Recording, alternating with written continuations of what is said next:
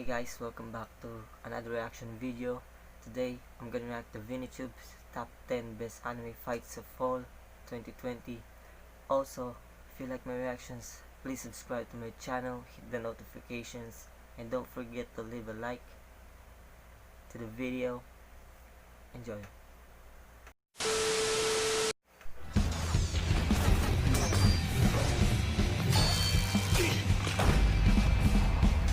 The fall 2020 season's about to end. How's the season been treating you? Got a definitive top 10 list already? As we've often learned from anime, all it takes is one episode to have an anime shoot up the popularity charts. So for today, instead of giving you a list of anime titles that you should be watching or stuff that I find excellent this season, I'll give you my list of fights. Because everyone loves anime fights, right? The views on some of my videos speak for themselves, and I'm here driven to give you guys what you want. So without further ado, here's my personal list of the best fights this season has to offer. Let's start off with a quickie from DanMachi's ongoing season, Aiz vs Asterius. Tempest. Ariel.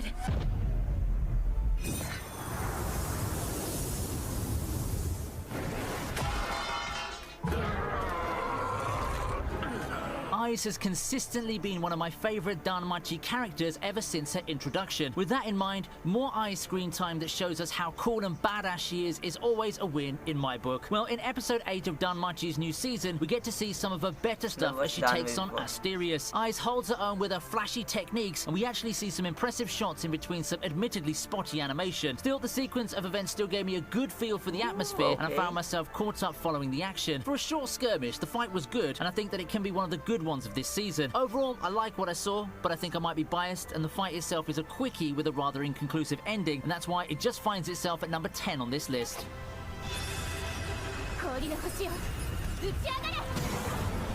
What is that sound again?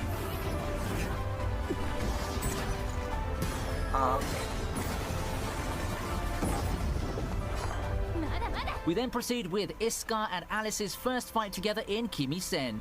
Who doesn't like a good old battle couple? I just enjoy the chemistry between Iska and Alice. It's an awkward relationship given the Romeo and Juliet nature of the setting, but they just work so well together. Their first major challenge comes from someone who's not a slouch too, a powerful ancestor of the witch race. The two find themselves in a bind early on, being outmatched by the sheer power of the founder. However, the strongest power doesn't come from individuals, but from hearts united and fighting as one. It's a pretty cliche Aesop and all, but I just can't help but have a soft spot for it. For how much I love the two main characters, the fight itself finds itself just near the bottom of the top 10 list. It's a fight that becomes a lot better based on the context and the showcase of powers, but the actual fight doesn't blow anyone out of the water. Wait, is that bro Ayas? Yo, they copied Fate, bro. They copied Fate, bro. What the hell?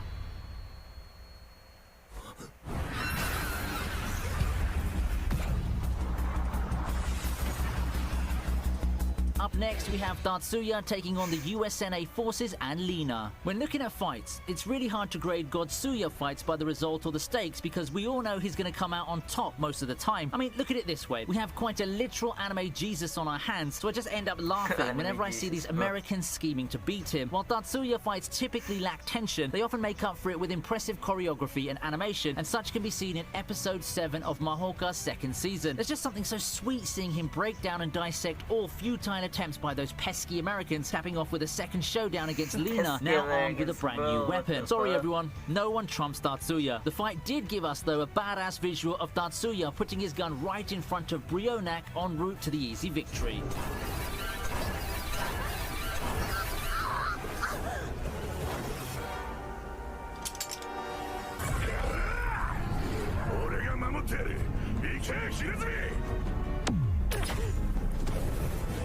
Fire Force for me has always been a treat to watch because of its animation. Ever since season 1, it had its fair share of moments and battles that are just awesome. The second season's no exception to that, and I think that my favourite one so far is the Flame Infernal Nataku fight in episode 16. For me, ensemble fights versus some gaiju thing are good if they can show the teamwork and how the characters work together. This one has tension, but that's not all ensemble versus gaiju fights are to be judged with. For me, they work best if the stakes are upped and the goal's not just to beat some big scary thing, but to fight it with a certain level of care. And in this case, the goal of rescuing Nataku. We also got a backstory after this battle that I really enjoyed. This one's a nice marker to a key moment of an arc in my opinion. Somewhere near the bottom half of the list seems fine, as I find it one of the best battles this season has to offer.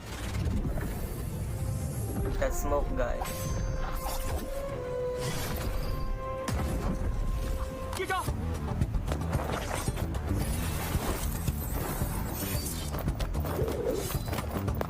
King's Avatar is a weird series. Not weird in terms of the actual content, but I've for read all it the before. fanfare it had It was, thanks to word of just mouth, light the novel. series has quite fallen into obscurity with its movie and second Chinese light season. As I've novel, often man. said, I find So that it's quite good. regretful because if anything, the current season's been picking up where the first one left off in terms of fight excellence. And an example of that would be Yi Shu's duel against Huang in the season's 4th episode. It's a very engaging fight that sees two in peak form duking it out. It's not just a duel of power, however, and it comes down to speed and technique. I've played some intense duels of my own in video games, and this battle just shows some of the best parts of those. The reflexes, the resourcefulness, and all those things that you need to come out on top. This fight evoked those emotions, and I find myself enjoying it a lot because of that. Burn the Witch may be a one-time deal as of now, but Oh, it did give us some good that's the action in the sequel from form Bleach? of its final fight. I think. Burn the Witch. Yes, same creator from the same Witch.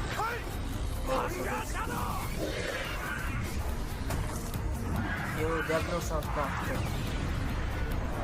When I look at its current reception, That's I think that strange. Burn the Witch has become quite underrated. Maybe it's exactly because of the fact that it's a one-and-done movie that doesn't really have much in the way of setting up the world. But as far as Oh, its it's one and presentation done of a movie, okay. Bleach-verse take on a world like Harry Potter, it's a fun movie that I think does deserve a watch. And it ends with a good fight that gives me some flashbacks of the good old Bleach days with the pretty obvious Grimmjow tribute character and our two protagonists fighting one of the legendary dragons. It's really an uphill battle, and I find myself at the edge of my seat anticipating what the characters can do to get out of this bind. At least we get to see what our girls can do, but no way can people like them take out one of the legendary dragons, right? Well, turns out that Uncle's a lot stronger than we all thought. Overall, it's a fight that's carried by the talk and the story developments that happen in the middle of it instead of the choreography. I think it's the perfect ending for a standalone movie like what they're going for with Burn the Witch.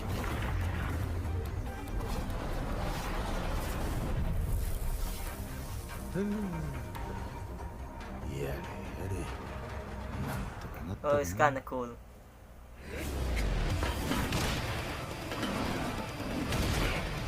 Ooh.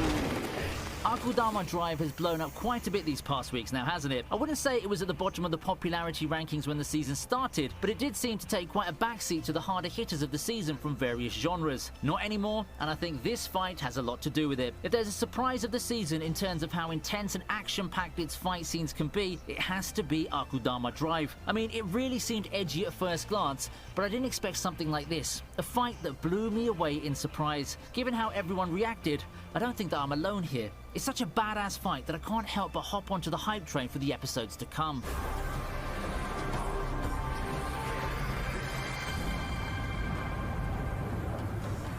Here's something a bit nostalgic. Boruto's 175th episode gave us Team 7 battling Beepa, and I find it one of the good fights this season.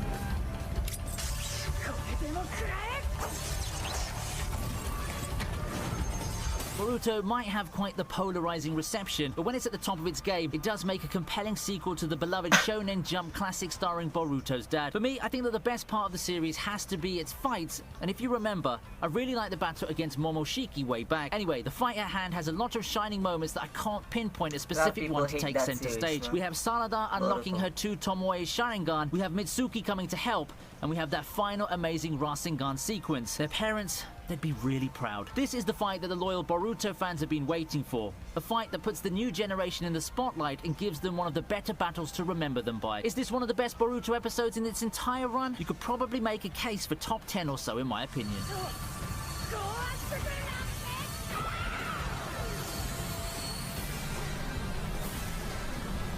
That's big, bro.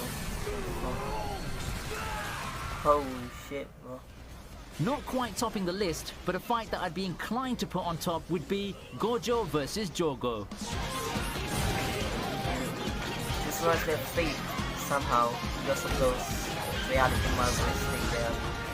Ah, the fight that caused Their the own internet world, to right? explode. That Gojo they has a manifest. serious case of being the season's most overpowered and awesome mentor character, and this like fight reality showcases him at marvels his something. best as far as what we have in anime form. After seemingly getting overwhelmed and having his ass handed to him, Gojo decides that playtime is over, and when he says so, he means it. The blindfold comes off and we get a look at his stylish and handsome face before he proceeds to rip Jogo a new one. literally. Such a She stylish looked like a display girl. capped off with such a decisive finish. I think if I was to make you vote, this fight would probably shoot its way up to the #1 spot. I did give it some serious consideration too, and I think that the next one barely edges this one out as it wasn't as one-sided.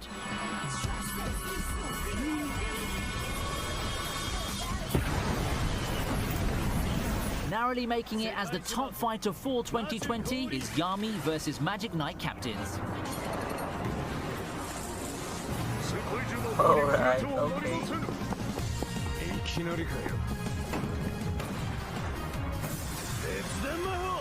That guy somehow reminds me of Saraki from Bleach. Yami being a badass character and mentor At the same character time, is no he's laid down. secret. Ironically, he plays the sort of same role as Gojo, but the latter has more of a stylish appeal, It's like while combined Yami is character that from big, burly, tough bastard that'll have your Saraki. back. Being a much longer show than Jujutsu Kaisen, other Black anime that Clover I watched already had a lot before. of chances to showcase just how cool Yami can be. But why stop?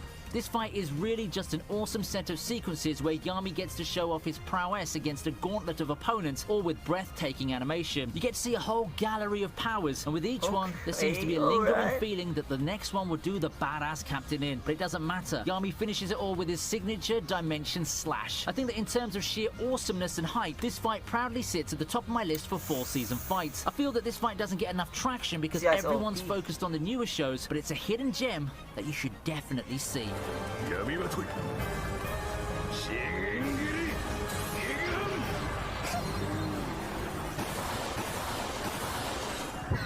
Damn.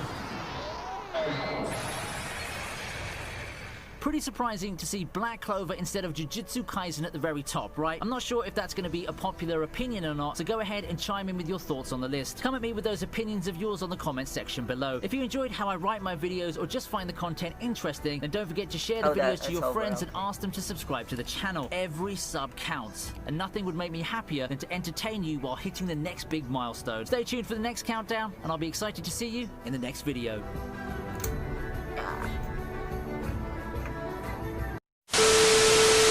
Alright, that's top 10 best anime fights of fall 2020.